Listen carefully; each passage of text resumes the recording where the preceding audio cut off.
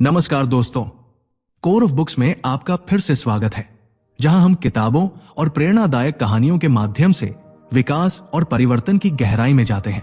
मैं हूं रोहन और आज हम द प्रैक्टिसिंग माइंड के लेखक थॉमस एम्स टर्नर की किताब से कुछ महत्वपूर्ण बातें सीखेंगे। इस कहानी में हम देखेंगे कि धैर्य और एकाग्रता की कला को कैसे अपनाकर हम अपनी चुनौतियों और सफलता की ओर एक नया दृष्टिकोण बना सकते हैं। तो जुड़े रहिए, क्योंकि हम एक ऐसी यात्रा पर निकलने वाले हैं जो आपके अभ्यास के सही तरीके को खोलने में मदद करेगी। लेकिन उससे पहले आप सभी से एक छोटी सी गुजारिश है। आप लोग हमारे वीडियो देखते देखते खो जाते हैं, चैनल को सब्सक्राइब करना भूल जाते हैं। तो अगर आपको हमारी ये कहानी पसंद आई हो तो इसे लाइक और कमेंट जरूर करें, साथ ही अपने दोस्तों के साथ शेयर भी करें। बुक का लिंक डिस्क्रिप्शन में दिया गया है। तो चलिए शुरुआत करते हैं। Chapter 1, the practicing mind. Raghav एक 22 साल का लड़का था जिसे पियानो बजाने का बहुत शौक था। लेकिन एक दिक्कत थी, वो जल्दी से जल्दी परफेक्ट बनना चाहता था। जब भी वो कोई नई धुन सीखने बैठता तो उसका ध्यान हमेशा फाइनल रिजल्ट पर रहता। उसे लगता था कि बस कुछ हफ्तों की प्रैक्टिस के बाद ही वो एक प्रो पियानिस्ट बन जाएगा। लेकिन हकीकत इससे काफी अलग थी। जब भी वो कोई नई धुन बजाने की कोशिश करता, थोड़ी देर बाद ही फ्रस्ट्रेशन होने लगता। कभी उंगलियां गलत जगह पड़ जाती, कभी टाइमिंग गड़बड़ हो जाती। धीरे धीरे वो प्रैक्टिस से चिढ़ने लगा और सोचने लगा कि शायद वो म्यूजिक के लिए बना ही नहीं है। एक दिन उसके कॉलेज में एक म्यूजिक वर्कशॉप हुई, जहां मिस्टर शर्मा नाम के एक अनुभवी म्यूजिक टीचर आए थे। उन्होंने सभी स्टूडेंट्स को एक आसान सी धुन बजाने को कहा। राघव ने कोशिश की, लेकिन बीच में मिस्टेक्स हो गई। झुंझलाकर उसने कहा, सर, मैं बहुत कोशिश कर रहा हूं, लेकिन मैं परफेक्ट नहीं बन पा रहा। मिस्टर शर्मा मुस्कुराए और बोले, क्या तुम जानते हो कि एक अच्छे म्यूजिशियन बनने के लिए सबसे जरूरी चीज क्या होती है? राघव ने झिझकते हुए कहा, टैलेंट। मिस्टर शर्मा ने हल्के से सिर हिलाया और बोले, टैलेंट से ज्यादा जरूरी है द प्रैक्टिसिंग माइंड, यानी सही तरीके से प्रैक्टिस करने की आदत। राघव ने थोड़ा कंफ्यूज होकर पूछा, मतलब? मिस्टर शर्मा ने पास खड़े एक पेड़ की तरफ इशारा किया और बोले, इस पेड़ को देखो, क्या ये एक दिन में इतना बड़ा हो गया? नहीं, ये हर दिन थोड़ा थोड़ा बढ़ता रहा। फिर उन्होंने किताब का एक कोट पढ़ा, peace and patience come from the process not the product. यानी सच्ची शांति और धैर्य नतीजे में नहीं, बल्कि उस सफर में है जिससे तुम वहां तक पहुंचते हो। राघव को धीरे धीरे ये बात समझ में आने लगी। उसने महसूस किया कि उसका पूरा ध्यान आउटकम पर था, न कि उस प्रोसेस पर जो उसे वहां तक ले जाएगी। उस दिन से उसने अपना तरीका बदल लिया।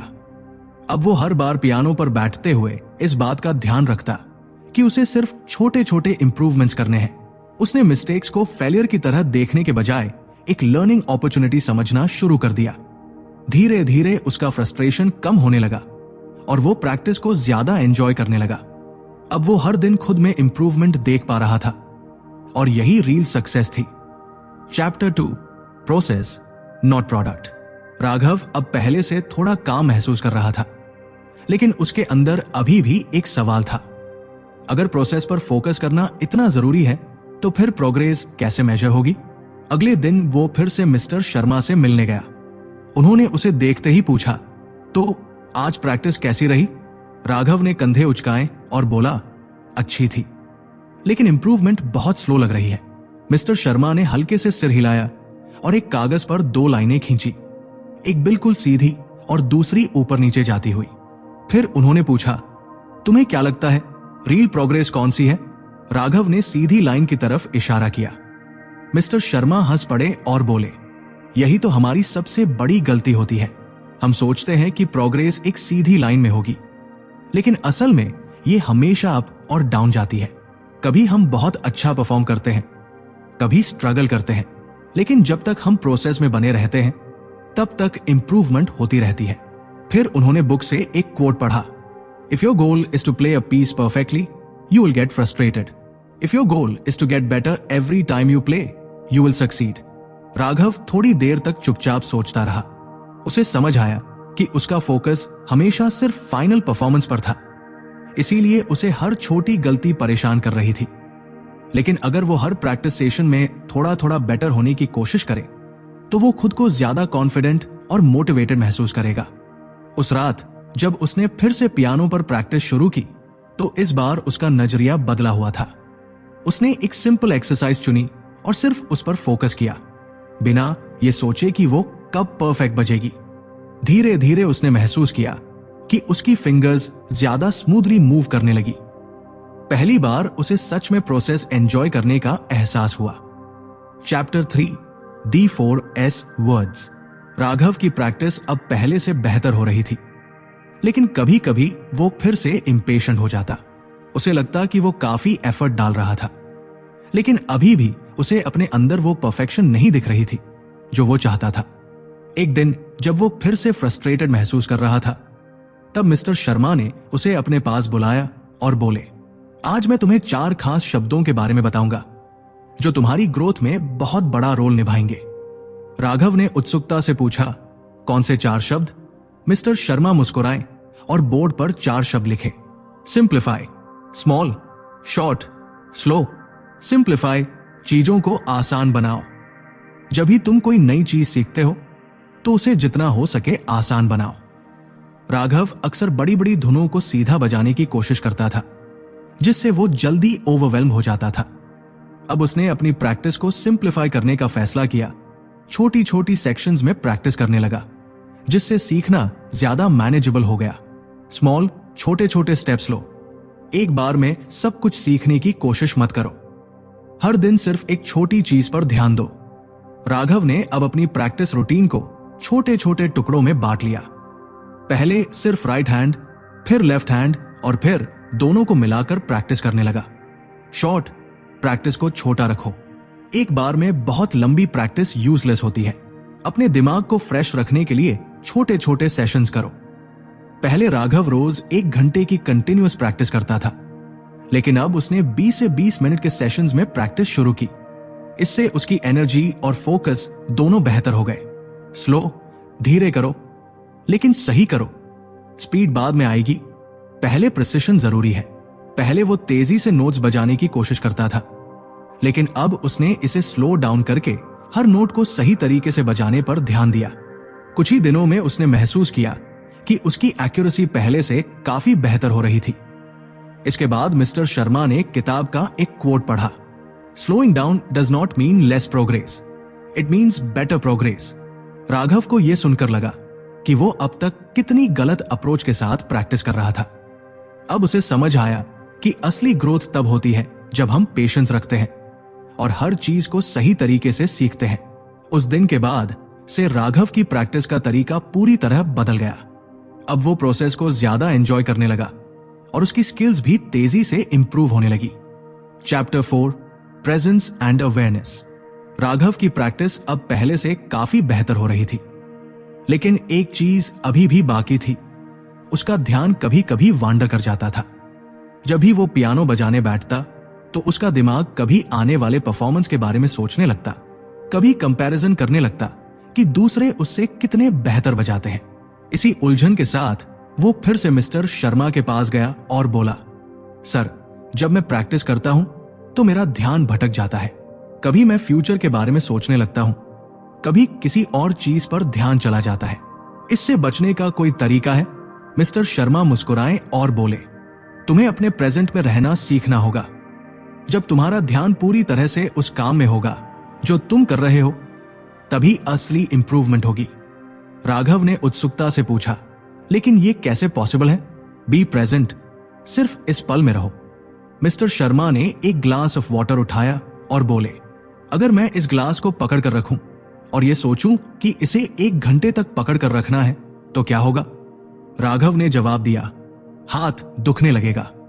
बिल्कुल, अगर तुम प्रैक्टिस के दौरान सिर्फ फ्यूचर के बारे में सोचोगे तो तुम्हारा दिमाग थक जाएगा, लेकिन अगर तुम सिर्फ इस पल पर ध्यान दो, सिर्फ उस एक नोट या एक मूवमेंट पर फोकस करो, तो प्रैक्टिस एफर्टलेस लगेगी। फिर उन्होंने बुक से एक कोट पढ़ा, your best work comes when you are completely absorbed in what you are doing without worrying about the past और फ्यूचर। अवेयरनेस, खुद को ऑब्जर्व करना सीखो। जब भी तुम्हारा ध्यान भटके, खुद को पकड़ो और वापस ले आओ। अब राघव ने अपनी प्रैक्टिस के दौरान एक नई टेक्निक अपनाई।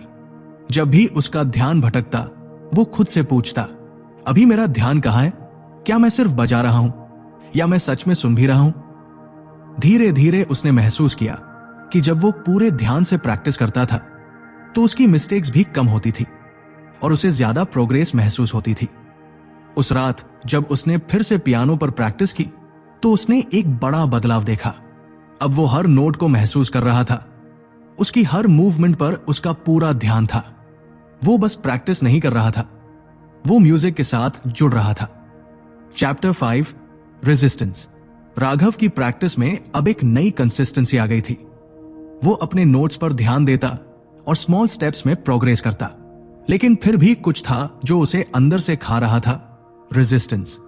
कभी कभी उसे लगता था कि वो कुछ नया सीखने की कोशिश करता है, लेकिन उसका दिमाग उसे रुकने के लिए कहता था। जैसे ही उसे डिफिकल्ट पैसेजेस पर फोकस करना पड़ता, उसका मन बार बार प्रोक्रेस्टिनेट करने लगता। एक दिन वो मिस्टर शर्मा के पास गया और बोला, सर, मुझे लगता है जैसे मैं अपने माइंड से लड़ रहा हूं। जब कुछ मुश्किल होता है तो मेरा मन मुझे रोकने की कोशिश करता है। क्या इसका कोई तरीका है? मिस्टर शर्मा ने उसे समझाया, यह रेजिस्टेंस तुम्हारे दिमाग का तरीका है तुम्हें आराम में रखने का। जब तुम कुछ नया करते हो तो तुम्हारा दिमाग डरता है और फियर से लड़ने की बजाय वो तुम्हें रुकने का सुझाव देता है। लेकिन असली ग्रोथ तो तभी होती है जब तुम इस रेजिस्टेंस का सामना करते हो। राघव ने पूछा, लेकिन सर, जब ये रेजिस्टेंस इतना स्ट्रांग होता है तो कैसे लड़े? रेजिस्टेंस इज नॉर्मल, ये सामान्य है। मिस्टर शर्मा ने एक कोट पढ़ा, resistance is not a sign of failure, it is a sign that you are challenging yourself and growing. उन्होंने आगे कहा, जब तुम रेजिस्टेंस महसूस करते हो तो इसका मतलब है कि तुम सही दिशा में जा रहे हो। तुम्हें बस इसे अपनाना है और उसके खिलाफ नहीं जाना है।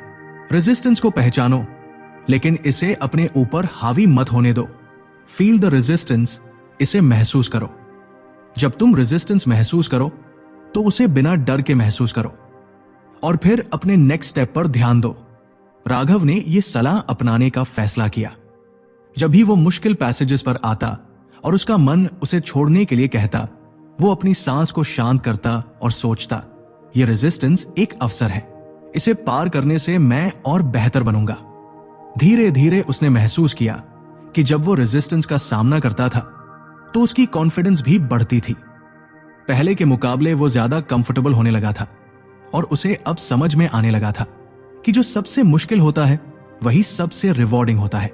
उसने एक और बात सीखी, रेजिस्टेंस केवल उस पल की चैलेंज नहीं था, बल्कि ये उसके ग्रोथ का हिस्सा था। Chapter 6 consistency. राघव ने अब रेजिस्टेंस को अपनाया था और उसे अपने प्रैक्टिस सेशंस का हिस्सा मान लिया था। लेकिन एक और मुश्किल थी, कंसिस्टेंसी। शुरुआत में जब वो पूरी मेहनत से प्रैक्टिस करता तो कुछ दिनों बाद वो थक जाता और मोटिवेशन की कमी महसूस करता। कभी तो उसे लगता कि प्रोग्रेस बहुत धीमी है और वो डिसहर्टन हो जाता। एक दिन वो फिर से मिस्टर शर्मा के पास गया और बोला, सर, मुझे लगता है कि मैं पूरी मेहनत से प्रैक्टिस करता हूं, लेकिन कई बार मुझे लगता है कि मैं थक गया हूं।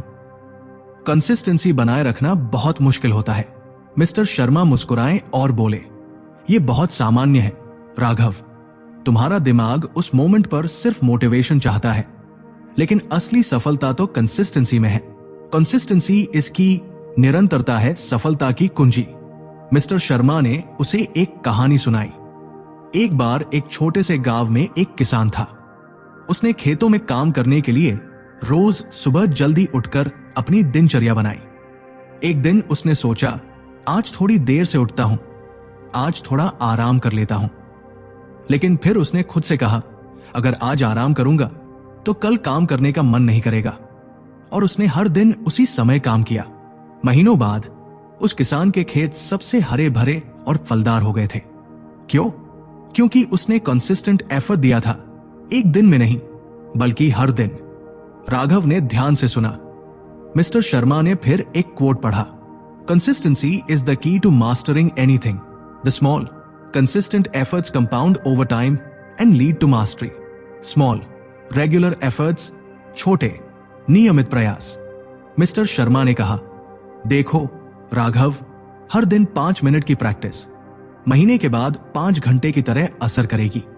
किसी भी बड़े लक्ष्य को हासिल करने के लिए छोटे छोटे कंसिस्टेंट कदम उठाने होते हैं। राघव अब समझ चुका था कि प्रोग्रेस रातों रात नहीं आती, लेकिन हर दिन का थोड़ा एफर्ट, चाहे वो कितना भी छोटा हो, उसे बड़े परिणामों तक ले जाएगा। उसने अपना प्रैक्टिस शेड्यूल फिर से बनाया। हर दिन 20 मिनट की प्रैक्टिस, सिर्फ 20 मिनट, लेकिन उस दौरान उसने फोकस और अवेयरनेस को पूरी तरह से अपनाया। अब वो ये समझने लगा कि कंसिस्टेंट एफर्ट ही असली सफलता का रास्ता है। जब वो थक जाता तो वो खुद से कहता, आज की छोटी सफलता कल के बड़े बदलाव में बदलेगी। उसकी पेशेंस और डिसिप्लिन अब उसके साथ थे। Chapter 7, focusing on the process. Raghav की प्रैक्टिस में अब सुधार दिखने लगा था। वो रेजिस्टेंस और कंसिस्टेंसी से जूझ चुका था और हर दिन अपनी प्रैक्टिस को एक नए पर्सपेक्टिव से देखता था। लेकिन एक चीज जो उसे अब समझ में आ रही थी, वो थी फोकस ऑन द प्रोसेस। अक्सर वो सिर्फ रिजल्ट्स के बारे में सोचता था कि वो कब परफेक्टली प्ले करेगा या कब लोग उसकी परफॉर्मेंस की तारीफ करेंगे। एक दिन मिस्टर शर्मा ने उसे एक किताब पढ़ने के लिए दी, द प्रैक्टिसिंग माइंड। राघव ने किताब में पढ़ा, mastery of any skill comes when you focus more on the process than on the outcome. Raghav ने सोचा, क्या यही चीज मुझे मिसिंग लग रही थी? उसने मिस्टर शर्मा से पूछा, सर, आप कह रहे हैं कि मुझे सिर्फ प्रोसेस पर ध्यान देना चाहिए, तो क्या रिजल्ट्स पर ध्यान नहीं देना चाहिए? मिस्टर शर्मा ने उसे जवाब दिया, बिल्कुल राघव, जब तुम सिर्फ प्रोसेस पर ध्यान दोगे तो रिजल्ट्स खुद ब खुद तुम्हारे पास आएंगे।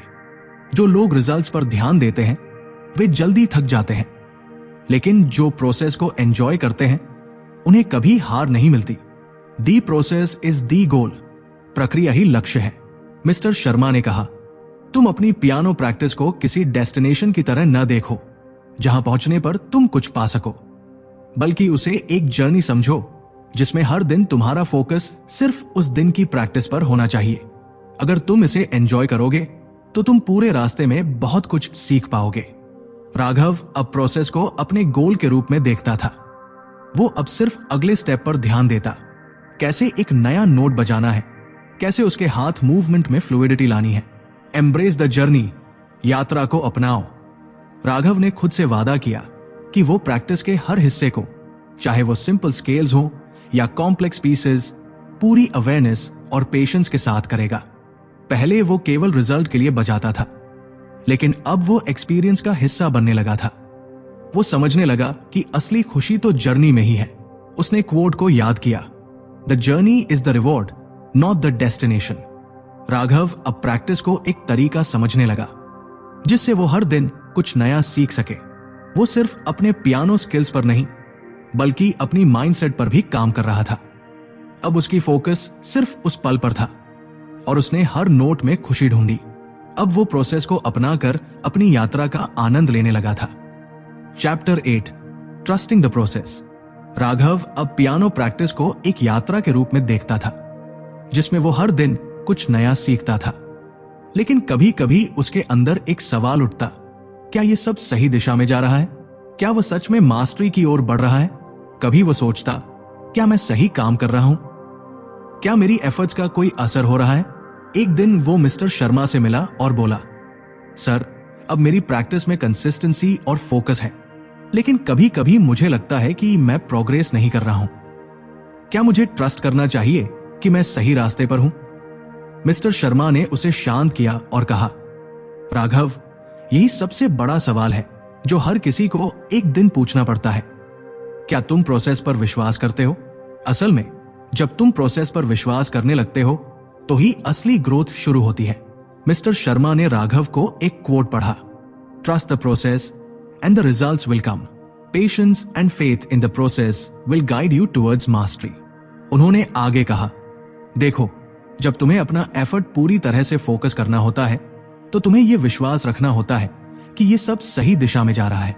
तुम्हें नतीजों की चिंता नहीं करनी चाहिए। जब तुम प्रैक्टिस करते हो तो हर दिन एक कदम आगे बढ़ते हो, चाहे वो छोटा हो या बड़ा। राघव अब यह समझ चुका था कि रिजल्ट्स के बारे में चिंता करना सिर्फ उसे और थका देता था।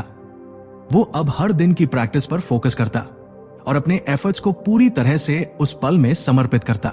वो ये जानता था कि असली सफलता तब आती है जब वो पूरी तरह से प्रोसेस में खो जाता है। वो खुद से कहता, जब मैं प्रैक्टिस करता हूं तो मैं ग्रोथ पर ध्यान नहीं दे रहा हूं, बल्कि उस पल की जॉय पर ध्यान दे रहा हूं। मेरी असली सफलता मेरी एफर्ट में है, न कि रिजल्ट में। मिस्टर शर्मा ने राघव को और एक महत्वपूर्ण बात सिखाई। जब तुम किसी काम को बहुत ज्यादा एक्सपेक्टेशन के साथ करते हो तो तुम्हारा मन उस काम के आउटकम पर बहुत फोकस करता है। तुम्हें इस अटैचमेंट को छोड़ देना चाहिए, केवल उस पल में जीना चाहिए, क्योंकि यही सच में तुम्हारी ग्रोथ का हिस्सा है। राघव अब इस विचार को पूरी तरह से अपनाने लगा था। वो अपने माइंडसेट में बदलाव महसूस करने लगा था। अब उसे अपने एफर्ट्स पर विश्वास था, न कि रिजल्ट्स पर। राघव ने महसूस किया कि अब उसे सिर्फ पियानो की प्रैक्टिस नहीं करनी थी, बल्कि लाइफ की यात्रा में भी यही सिद्धांत अपनाने थे। जो चीज उसने सीख ली थी, ट्रस्ट द प्रोसेस, वो सिर्फ संगीत तक सीमित नहीं था। ये जीवन के हर क्षेत्र में ग्रोथ की कुंजी बन गई थी। अब वो समझ चुका था कि एफर्ट और पेशेंस के साथ फेथ रखना ही असली मास्टरी है। Chapter 9, letting go of the outcome. Raghav की पियानो प्रैक्टिस अब एक नई दिशा में चल रही थी। वो प्रोसेस पर पूरी तरह से ध्यान दे रहा था, लेकिन एक और समस्या थी। वो हमेशा रिजल्ट के बारे में सोचता था। चाहे वो एक सॉन्ग सीख रहा हो या एक पीस पर काम कर रहा हो, वो हमेशा ये सोचता, क्या मैं इसे सही तरीके से कर रहा हूं? क्या लोग मुझे पियानो पर अच्छा मानेंगे? एक दिन जब वो प्रैक्टिस कर रहा था, उसने मिस्टर शर्मा से पूछा, सर, मैं हर दिन पूरी मेहनत से प्रैक्टिस करता हूं, लेकिन मुझे हमेशा आउटकम के बारे में चिंता रहती है। क्या मुझे अपनी अपेक्षाओं को छोड़ देना चाहिए? मिस्टर शर्मा ने मुस्कुराते हुए कहा, राघव, यही सबसे बड़ी सीख है। जब तुम आउटकम के बारे में सोचना बंद कर दोगे, तभी असली फ्रीडम मिलती है। ये सिर्फ प्रैक्टिस का मजा लेने के बारे में है। लेट गो ऑफ एक्सपेक्टेशंस, अपेक्षाओं को छोड़ देना। मिस्टर शर्मा ने एक और कोट पढ़ा, When you let go of the outcome, you free yourself to fully engage in the process. The moment you stop worrying about the results, you begin to experience true mastery. उन्होंने आगे समझाया, राघव, जब तुम किसी चीज से बहुत जुड़ जाते हो तो तुम्हारी उम्मीदें और अपेक्षाएं उस पर काबू पा लेती है। लेकिन जब तुम आउटकम की चिंता छोड़ देते हो तो तुम्हारा माइंड शांत हो जाता है और तुम पूरी तरह से उस काम में डूब जाते हो। इससे तुम्हें ग्रोथ और मास्टरी मिलती है, क्योंकि तुम पूरी तरह से उस प्रक्रिया का हिस्सा बन जाते हो। राघव अब यह समझने लगा था कि जब वो रिजल्ट के बारे में सोचता है तो वो प्रैक्टिस का असली आनंद खो देता है। अब वो केवल एफर्ट और प्रोसेस पर ध्यान देने लगा था, चाहे परिणाम जो भी हो। वो पियानो की हर नोट को एक नए अनुभव के रूप में लेता, न कि किसी एंड गोल के रूप में। राघव ने खुद से कहा, मैं पियानो पर परफेक्शन की तलाश नहीं कर रहा हूं, बल्कि मैं हर नोट में अपने आप को पूरी तरह से महसूस कर रहा हूं। ये यात्रा ही मेरा गोल है। मिस्टर शर्मा ने उसे एक और स्टोरी सुनाई।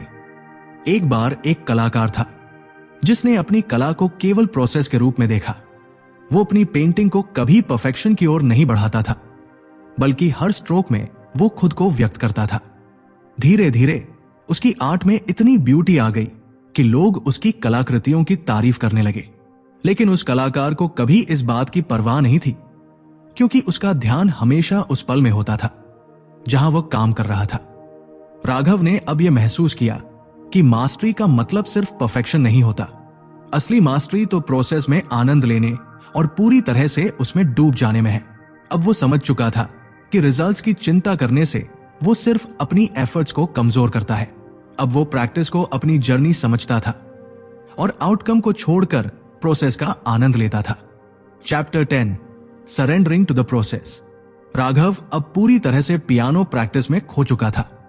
वो एफर्ट, फोकस और पेशेंस को पूरी तरह से समझ चुका था, लेकिन अब उसे एक और बात समझ में आ रही थी, सरेंडरिंग टू द प्रोसेस। पहले वो सोचता था कि यदि वो हर कदम को नियंत्रित करेगा तो वो बेहतर परिणाम पा सकेगा, लेकिन अब उसे यह समझ में आने लगा था कि कभी कभी सब कुछ छोड़ देना ही सही होता है। एक दिन राघव ने मिस्टर शर्मा से पूछा, सर, मैं अब हर दिन एफर्ट और फोकस करता हूं, लेकिन कभी कभी मुझे लगता है कि मैं किसी चीज को पूरी तरह से छोड़ क्यों नहीं देता। क्या यह सही है? मिस्टर शर्मा ने एक गहरी सांस ली और कहा, राघव, यही असली मास्टरी का हिस्सा है। जब तुम प्रोसेस को पूरी तरह से सरेंडर कर देते हो तो तुम अपने ईगो और डर को भी छोड़ देते हो। अब तुम सिर्फ उस पल में रहते हो और यही तुम्हारी सबसे बड़ी ताकत बन जाती है। मिस्टर शर्मा ने एक और कोट पढ़ा, mastery comes when you surrender to the process and stop trying to control the outcome. The more you try to control, the more you disconnect from the flow.